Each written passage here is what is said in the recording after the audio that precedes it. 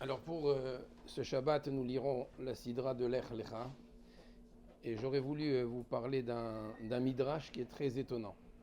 Le Midrash nous dit Lech Lecha Me'artzecha, c'est une des épreuves où qu'Hachem a mis Avraham Avinu à l'épreuve et il lui a dit de quitter sa maison. Lech Lecha Me'artzecha, quitte ton pays, quitte ta maison, quitte ta ville natale et tu vas aller vers la terre que je t'indiquerai. El haaretz asher ha'areika. Et là-bas, tu seras béni, là-bas, tu auras toutes les bénédictions qu'Hachem lui promet. Je voudrais m'attarder sur le terme Lech Lecha. Traduisons, Lech Lecha, va pour toi. Le Midrash nous dit que ce même terme, ce même verbe, Lech Lecha, a été employé pour la dernière des épreuves, celle où Hachem il demande à Abraham, quelle épreuve? De sacrifier son fils Yitzhak. Lech Lecha el Eretz Moria, prends ton fils Yitzhak, Asher Ahavta, que tu aimes, et amène-le au mont Moria, et là-bas tu me l'offriras. Bien sûr, c'était une épreuve. Hachem n'a jamais voulu un sacrifice de Yitzhak, mais il a voulu voir et tenter Avraham Avinu. On sait que ce sont deux épreuves. Et le Midrash nous dit, puisque pour les deux, il a été employé le terme Lech Lecha, dans la paracha de la semaine, Lech Lecha me'artzecha mimolatecha mibet avicha, et pour le sacrifice de Yitzhak, qui a marqué aussi Kach et bincha, prends ton fils, velech lecha el eretz Moria, et va vers le mont Moria, c'est-à-dire à Yerushalayim. Et là-bas, le Midrash Rabbah, ainsi que le Midrash Tanchuma, dit, je vous le lis, Amar Rabbi Levi, shte pe'amim ktiv lech lecha. À deux reprises, le pasuk s'exprime par le verbe lech lecha. Ve'enanu yodeim ezo chaviva. Et on ignore, on ne sait pas évaluer laquelle des deux épreuves était plus précieuse, était plus importante aux yeux d'Hachem. Ima shniya, ima rishona. Est-ce que la première épreuve ou la dernière? Mima dirtiv el eretz Moria, have hashniya chaviva min harishona. Puisque dans la deuxième il y a marqué Lech Lecha, et là on désigne le lieu, el eretz Moria, Yerushalayim, alors que dans le premier Lech Lecha, c'est la terre que je t'indiquerai. Hachem ne lui dit pas la destination, puisque dans la deuxième il y a la destination et c'est Yerushalayim, alors je comprends que la dernière est plus chaviva, est plus précieuse. C'est ce que dit le Midrash. Et je pense que n'importe qui lit ce Midrash est révolté. Il est révolté parce qu'on a l'impression, et c'est les mêmes termes dans le Midrash Tanchuma. Pour quelle raison? C'est parce que le Midrash essaye de comparer ici deux choses totalement incomparables, totalement opposées. La première épreuve avec le Lech Lecha, c'était quoi?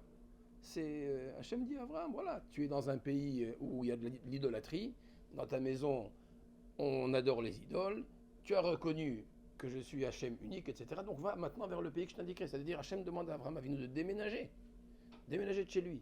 Ok, c'est une difficulté, mais est-ce qu'on peut la comparer à la difficulté du Lech Lecha El Eretz Moria, de prendre son fils, qu'il a attendu pendant des décennies, qu'il a un âge presque centenaire, et qu'il aime, à qui Hachem a promis, c'est par ce fils que tu auras une descendance, et maintenant Hachem me demande de le prendre, de le lui offrir. Et le Midrash nous dit, je ne sais pas laquelle des épreuves est plus importante. Est-ce que vous avez un doute? Laquelle des épreuves est plus importante? Est plus précieuse, est plus grande? Mais on ne peut même pas, c'est presque osé de comparer les deux. Un simple déménagement par rapport à une épreuve aussi grandiose. Parce que Avraham Avinu, en sacrifiant son fils, si vraiment il avait été jusqu'au bout, c'est pas seulement son fils qu'il sacrifiait.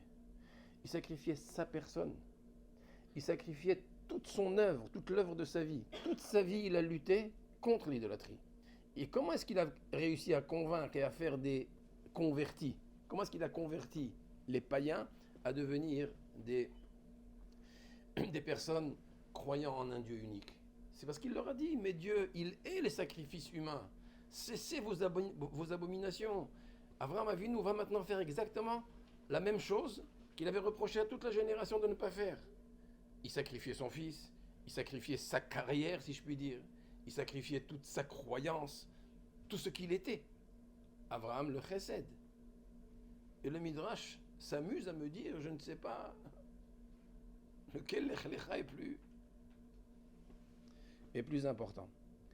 Sauf que les Mefarshim expliquent qu'il y a ici quand même un enseignement, et je pense qu'il nous concerne tous, dans la vie et au quotidien. Si le Midrash fait une comparaison, c'est qu'il est en train de nous dire qu'il y aurait peut-être une comparaison entre deux épreuves. Parce que tout un chacun, toute personne sur Terre est capable d'un exploit unique. Si on vous demande de faire quelque chose de grand une fois, toute personne est capable de le faire. Je suis sûr que si aujourd'hui on vous dit, en Israël on a besoin de vous pendant un mois, vous allez vous consacrer, aider, etc., un effort, 1 mois, 2 mois, je ferai tous les efforts du monde. Un effort ponctuel dans la vie, même s'il est très grand, on est capable de surmonter. Et le Midrash dit, c'est vrai, c'est très grand, c'est très fort. Mais il y a d'autres types d'épreuves qui sont beaucoup plus légères. Des épreuves beaucoup plus abordables. Mais celles-là, ce sont des épreuves du quotidien. Tous les jours, je vais affronter la même épreuve. Tous les jours, je vais affronter la même difficulté. C'est pas une fois dans la vie, c'est au quotidien, c'est tous les jours. Le Midrash dit peut-être qu'il y a comparaison entre l'acte ponctuel grand ou la petite épreuve, mais qui est répétitive. Et le Midrash se pose la question, qu'est-ce qui est plus précieux aux yeux d'Hachem? Ezecha viva, qu'est-ce qui est plus précieux aux yeux d'Hachem?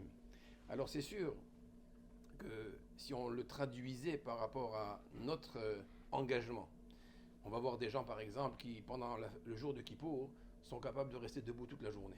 Ils ne s'assoient pas un seul instant. Mais demande-lui de venir tous les matins mettre les téfilines, faire Kriyat Shema, c'est difficile. On va avoir des personnes capables de faire une grande mitzvah quand elle est ponctuelle. Mais dis-lui, il y a un effort tous les jours. Juste rallonge ta jupe un petit peu, mais c'est tous les jours. C'est déjà plus compliqué. Pourquoi? Parce que c'est un effort quotidien. Et c'est pas grand-chose qui t'est demandé. Mais c'est un effort que je dois combattre mon Yetzer Hara tous les jours, sur quelque chose de petit. Le Midrash dit que peut-être qu'aux yeux d'Hachem, ça a exactement la même valeur que l'acte grandiose, celui de prendre son propre fils et de le sacrifier. On pourrait comparer. Pour dire quoi? Qu'on ne peut pas négliger, ne serait-ce que l'effort que chacune fait au quotidien. Lui aussi est très important. Lui aussi est très précieux aux yeux d'Hachem. Et en fait, c'est pas pour rien que un des Mefarshim qui s'appelle le Ktav et la Kabbalah, il dit que ce raisonnement sonne bien lorsqu'on analyse les mots qu'Hachem dit à Abraham. Il lui dit Lech lecha me'artzecha, mimoladetecha ou mi bet avicha. Traduisons, quitte ton pays, moladetecha, ta ville natale, et bet avicha est la maison de tes parents. Il pose la question, je comprends pas, mais quand on quitte un lieu, on sort d'abord de la maison, ensuite de la ville, et à la fin on prend l'avion, on sort du pays. Pourquoi Hachem lui dit quitte ton pays, ta ville et ta maison? Il explique que justement, c'est parce qu'ici c'est dans l'ordre de difficulté. C'est pas au niveau géographiquement parlant, c'est vrai, on quitte sa maison, on quitte la ville, on quitte le pays. Mais dans l'ordre de difficulté, c'est beaucoup plus facile de quitter les mœurs d'un pays. On est un peu moins attaché qu'aux mœurs de sa ville, de son quartier, de son entourage, et encore moins aux habitudes et aux minagim de sa propre maison, son foyer, son éducation à l'intérieur. Alors Hachem dit à Abraham, quitte d'abord Artsecha, ton pays, dans l'ordre croissant de difficulté. Et c'est cette épreuve qu'Abraham doit subir tous les jours. Tous les jours, il sera loin de sa famille. Tous les jours, il devra s'écarter de l'éducation qu'il a reçue. Tous les jours et à chaque instant, il devra se séparer des idéologies, des idées intellectuelles qu'il a reçues chez lui à la maison pour continuer dans le chemin qu'il avait découvert.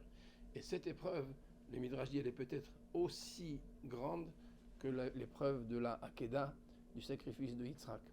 Ça nous enseigne une chose, comme dit le Shaharet Tshuva, Rabbeinu Yona, de Géron, qui est un des Rishonim, il dit dans le livre Shaharet Tshuva, les portiques de la Teshuvah, il dit que ce qui est valable sur le plan positif l'est aussi sur le plan négatif. Il pose la question, qu'est-ce qui est plus grave aux yeux d'Hachem? Une personne qui transgresse un interdit grave, une fois, une fois, ou celui qui transgresse un petit issour, une petite interdiction, mais tous les jours. Qu'est-ce qui pèse plus lourd dans la balance qui accuse un individu? Est-ce que la grande faute, une fois, ou la petite au quotidien? Il dit sans hésiter, évidemment, que la petite tous les jours est beaucoup plus grave que l'unique faute, même si elle était très grave, une fois. Pour quelle raison? Il dit parce qu'une faute grave peut s'expliquer par on va dire, une erreur, par un accident de parcours, une tentation à laquelle il n'a pas pu, on va dire, qu'il n'a pas pu surmonter, etc. Et elle peut s'interpréter ainsi, mais elle n'est pas révélatrice encore de la nature d'un individu. En revanche, quelqu'un qui faute tous les jours, dans des choses qui sont petites, il appelle ça, il dit c'est comme un méred, c'est comme une attitude de révolte contre un des principes de la halakha ou de la Torah. Et quand elle est répétitive, ça veut dire que je dis à Hachem, je ne suis pas véritablement ton serviteur. Un serviteur, est-ce qu'il lui viendrait à l'idée de refuser ou de désobéir à des petits ordres de son roi? S'il est serviteur, les petites choses comme les grandes ont la même valeur. Et chaque petit détail, plus il est répétitif, et plus il prouve que je ne suis pas un vrai serviteur du roi. Si je l'aimais vraiment. Alors il dit que les petites fautes répétitives sont plus... Et c'est valable aussi dans l'autre sens. Quand quelqu'un fait des efforts sur le plan spirituel, il est préférable de faire de petits efforts l'un après l'autre, plutôt que de prendre sur soi une masse en une seule fois. Parce que ce qu'on prend en une seule fois, c'est vrai, c'est un acte héroïque, c'est grand, mais ça reste fragile. Et on risque le lendemain d'abandonner, de se décourager, de ne pas pouvoir assumer l'engagement qu'on a pris. En revanche, si on va petit à petit, pas après pas, ce qui a été acquis aujourd'hui et qui n'était pas encore évident hier, demain, je pourrais rajouter un petit pas à quelque chose, puisque j'ai vu que j'étais capable de prendre sur moi un petit détail et de l'assumer. Et en assumant une petite chose, plus une petite chose, on peut aller très loin. C'est ainsi qu'il explique le passouk Mia ale behar Hashem ou Mia kum bimkom kocho. Vous savez, pendant les fêtes de Rosh Hashanah et Kippour, on a beaucoup cité ce verset qui se trouve dans le Tehillim quand on fait la ptichat ha'echal de la Parnassa. Les David Hashem, les David Mizmor. Dans la fin de ce psaume, il y a marqué Mia ale behar Hashem, qui est capable de monter, de gravir la montagne et de se rapprocher d'Hashem. Et dit David Amelech, ou miyakum bimkom kocho. Et qui peut se maintenir à cette place? Alors j'aurais dit moi que s'y maintenir c'est facile, si quelqu'un m'a amené, c'est facile de rester. Gravir c'est plus compliqué. Mais David Amelech met sur le même plan. Gravir c'est compliqué, et il est aussi très compliqué de rester au stade qu'on a atteint. Parce que dégringoler c'est très facile. Alors, Mia Ale, oui, qui est-ce qui fait l'effort, qui est capable de faire l'effort, et qui est capable de maintenir cet effort malgré les difficultés. C'est peut-être ça l'idée du Midrash, quand il a voulu comparer le Lech Lecha de Avraham Avinu, ce que j'ai appelé le déménagement, qui est quelque chose de simple, qui n'a pas déménagé dans sa vie, avec l'épreuve de Lech Lecha et l'Eretz Moria, qui est un acte, on va dire, presque invraisemblable, inimaginable, presque impossible à réaliser. Et le Midrash, pourtant, fait la comparaison, parce qu'il y a comparaison, et ça nous concerne dans la vie de tous les jours. Voilà pour